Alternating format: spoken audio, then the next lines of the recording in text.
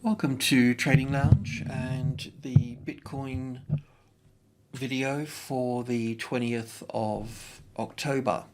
So as you know, I've been quite bullish on this market, but also too, I think it's important that we don't choose sides without having some sort of evidence as such. So today we're also going to have a look at the bearish count as well. And we're also going to work out at what point that makes it bearish or bullish. So I'll go through the bullish count quickly, and then we'll come back to the bearish count, and then we'll talk about the bullish count again.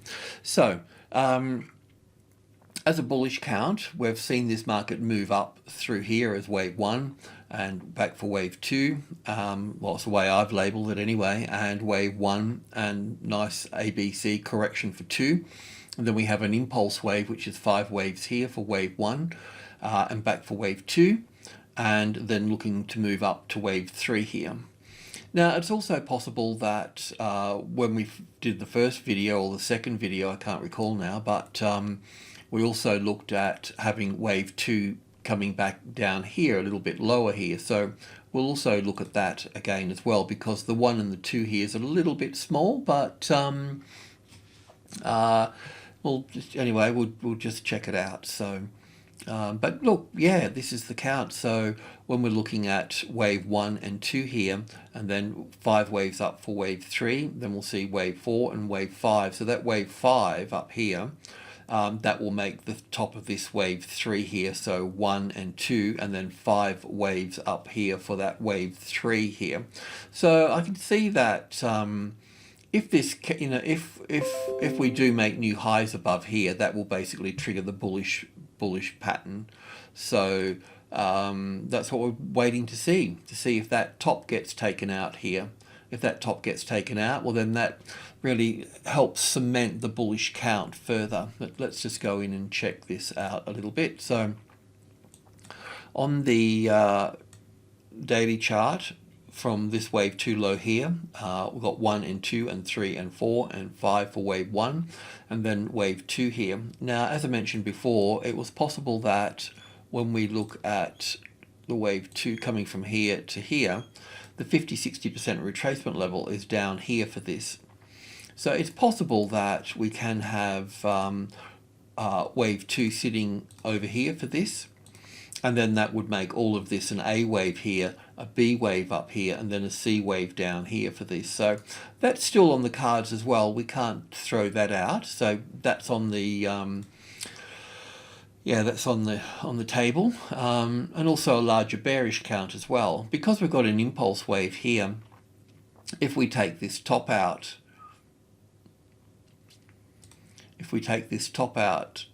just here, that is there. If we take that top out over here for that, then it makes this market bullish at that point. So that's what we're really waiting to see at that stage.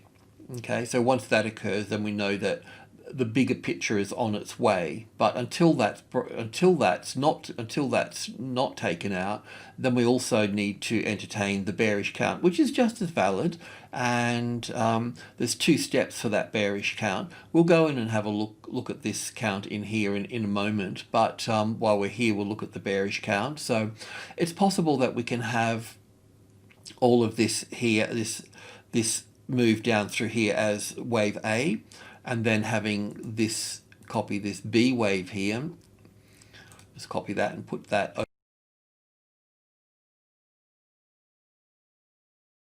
over here for the B wave, and I'll just dull that out so that can be our alternative count, and we'll put that there as well.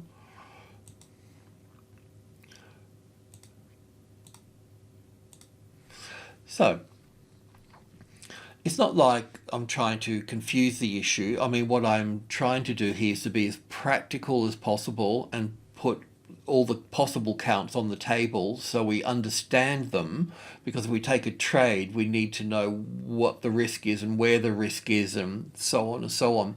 So it's possible that that this wave 2 can play out here as looking at all of this as the A wave here, the B wave here where the third wave is, and then the C wave down here to 61.8%. I sort of sometimes look at the fingerprint of things. So this is like a wave 1 here, right? So we've got a nice 1, 2, 3, 4, and 5 up through here. But this wave 2 here, that didn't pull back 61.8% either. In fact, it was really quite shallow, wasn't it? You know, in fact, it was just as shallow as this one. So that's kind of what one of the things that I'm basing my wave 2 off here for this. Now I want to go back to the weekly chart here, just so we can have a look at a bigger bearish pattern here. So if this top stays in place here, then we can look at this here as an A wave down here, and then an A and a B and a C wave here for a larger B wave. So we could look at this in terms of what's the best way to look at that would be, yeah, probably this here. We'll just copy this here. We'll put that here.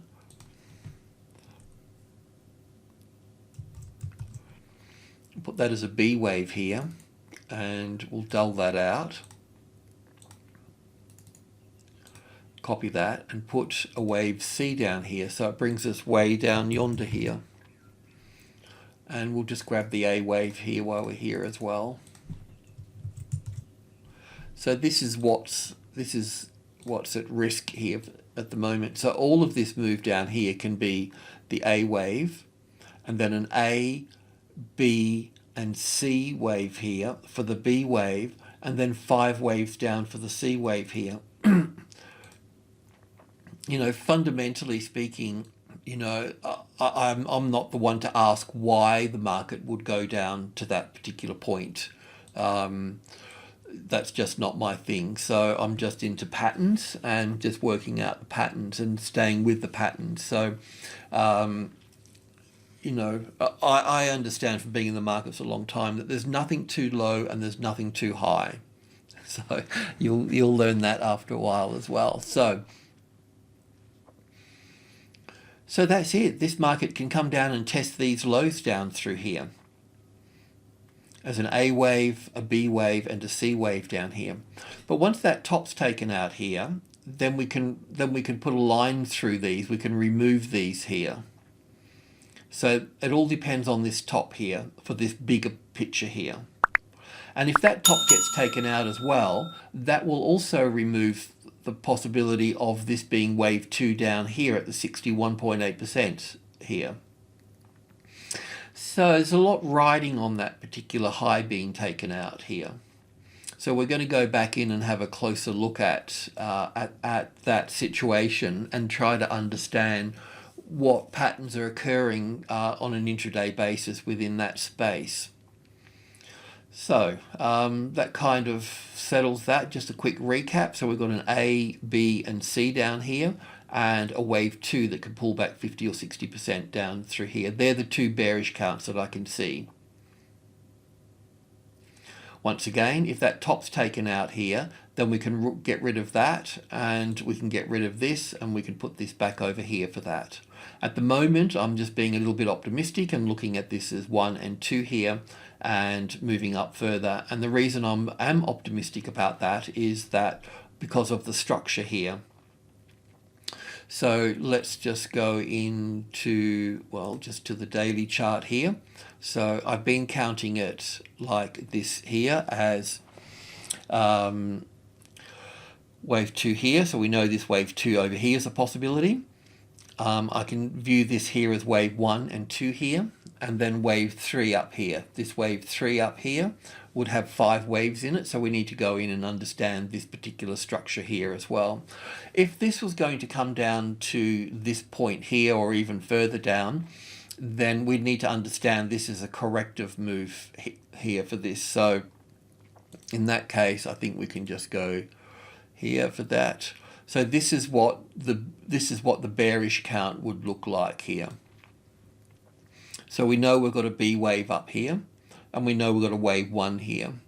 But even as a wave 1, we can look at this as an A wave, then an A and a B and a C wave finishing pretty much where it is, and then coming down from that point there as a C wave coming into this space here.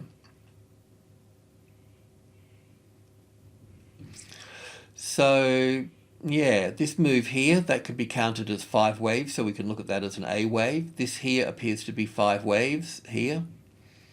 You could probably get away with a corrective pattern in there.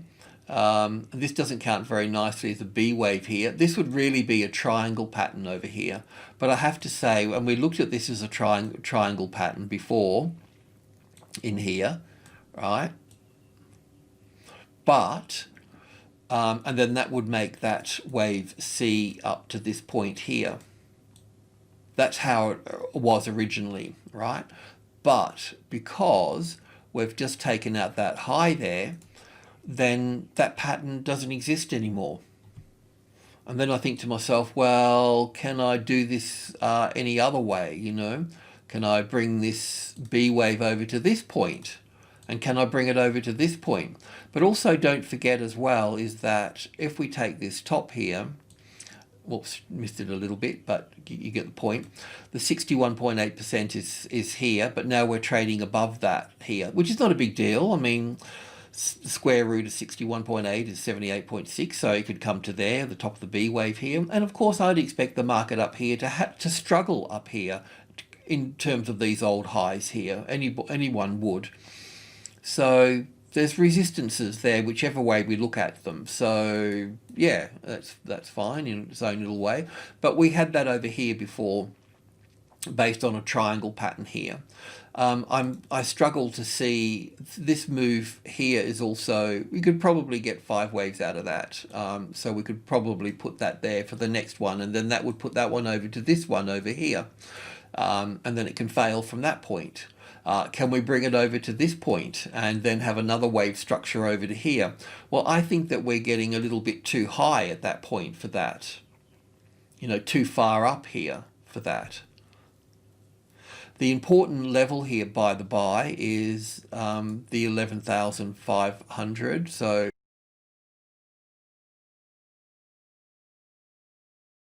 well, that's, most people would be thinking of 12,000, but let's copy that. The 11,500 is here, which is a medium level in terms of the trading levels. And the trading levels are simply the Fibonacci as a price ratio. So we look at these prices here as Fibonacci numbers, and that helps in geometry terms.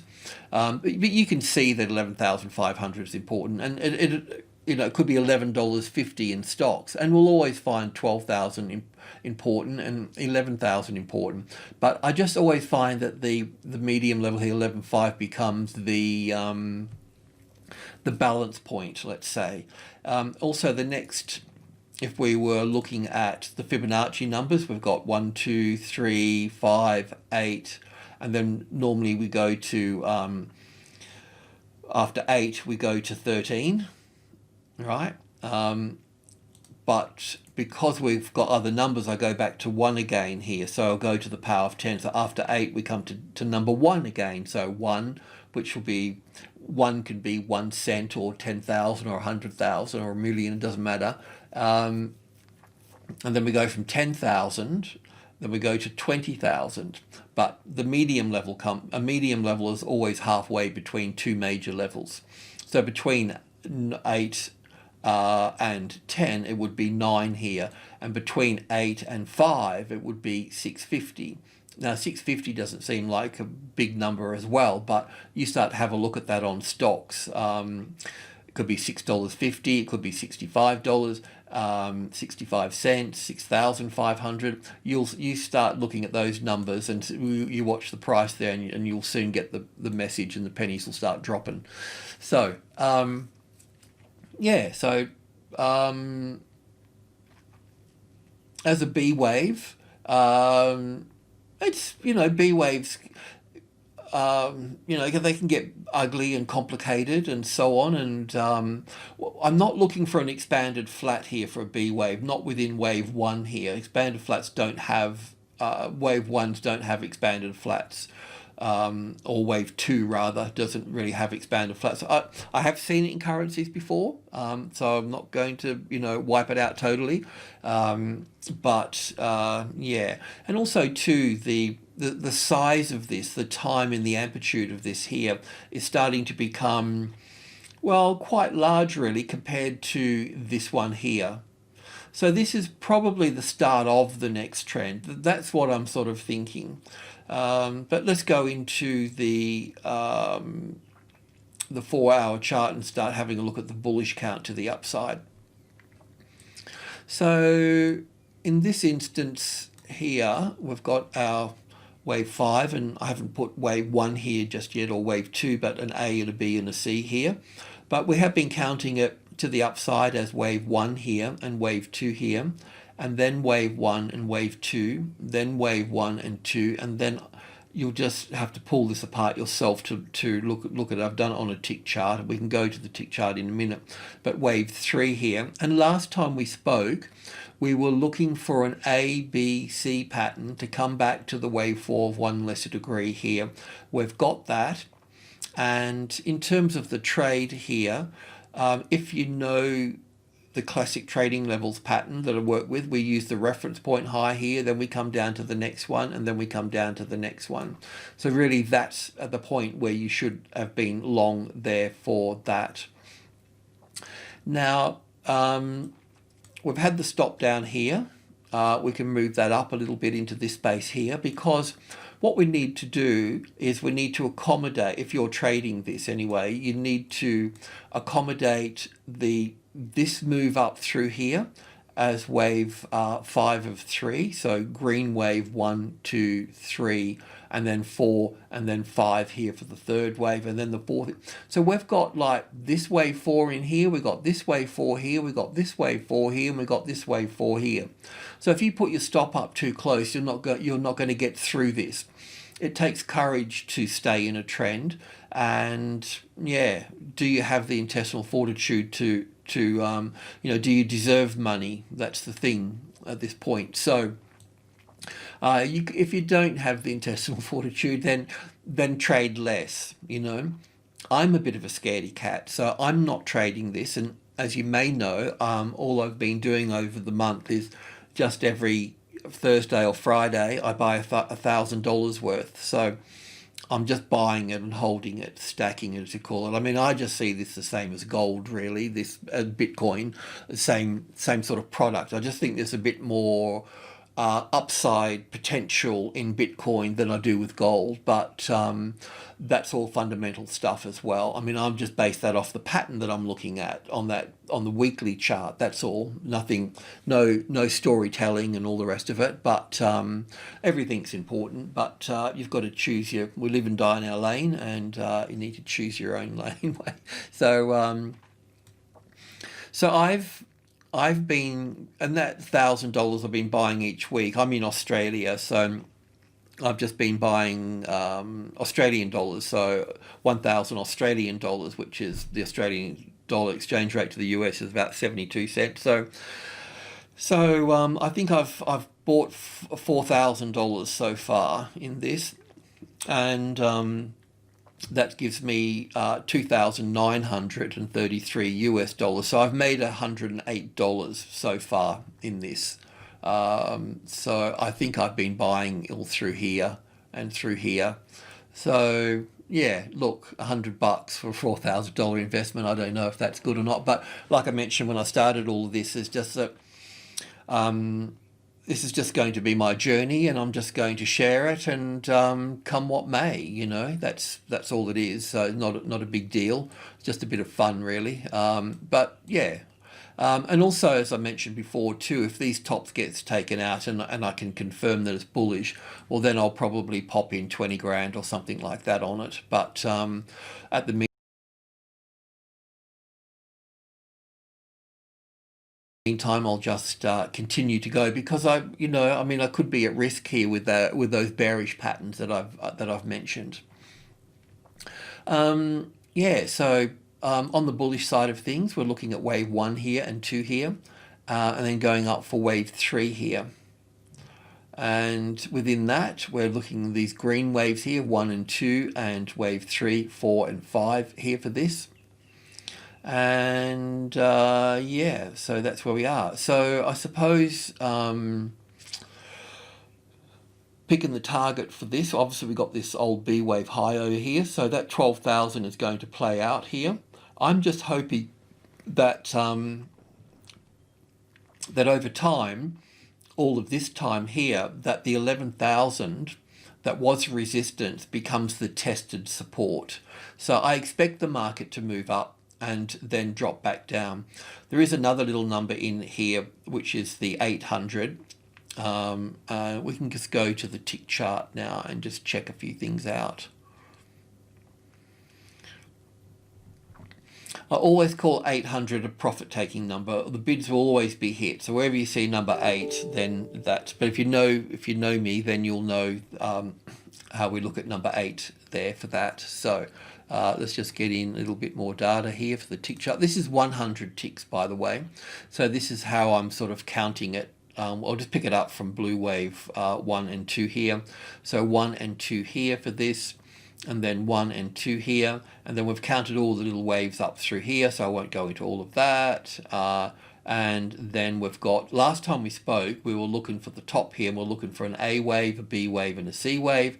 So I guess this could be counted in a different way as well, but I've got this here as an A wave here, an A and a B and a C wave for the B wave, and down for the C wave. The C wave here I think's got a truncated 5th wave in it, so I think this is the low here, but I need to check on that. I'll need to pull this apart just to double check. I haven't done that just yet.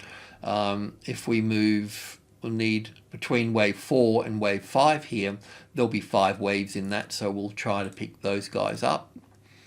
But I won't be able to do this accurately because I haven't resolved the C wave here.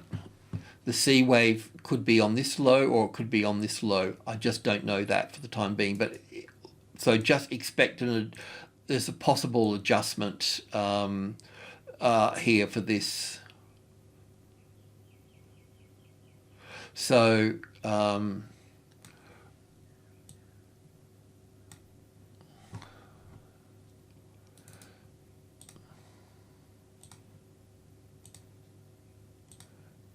now, also when I count waves, I'm always counting the conservative side of things. I start with the conservative and then build up from that point, okay? So, and I'll probably need to double check my work here as well, but I'm really happy for other people to come in and comment on pretty much anything that's going on here, because this journey is just not my journey of this. It can be other people's as well, and I think the more people that put into it as an Elliott wave Bitcoin journey, then it's just beneficial for everybody. It's not about being right or wrong. It's about inputting something positive to this journey, I guess, you know. So yes, so I need to check on this structure here. That's what I need to do. I'm okay with this being the impulse wave here. I'm okay, bit of a wild thing for this one here. I need to double check that, but I'm sort of okay with, I need to double check all of this, okay? That's really it at that point. 1, 2, 3, 4, and that's probably okay there. So this looks, we could actually have a top in play here actually for this wave 3 here. That could be in top there for that. So this can pull back to the wave 4 of 1 lesser degree and would be looking for an ABC correction. This could go further up as well. I could count this differently and I'll just show you that in a moment. But like I said, I always count on the conservative side first. And then that helps us with stops and other things. So we could count this as wave 1 here, just as an example, right? So we could count this as wave 1 and 2 here, right? But then I could count this here, if I just copy this here, I could count that as wave 1 and that as wave 2 here, and then I could count that as wave 3 here, and this is wave 4 here, pulling back to the wave 4 of 1 lesser degree, and then up here for 5, which would make wave 3 here, and then that would make wave 4, and that would make wave 5 up here, and this would make wave 5 up here. So that's the other side to this as well. So there's a bit of work I've got to do in all of this here, but it's not a biggie at this stage of the game.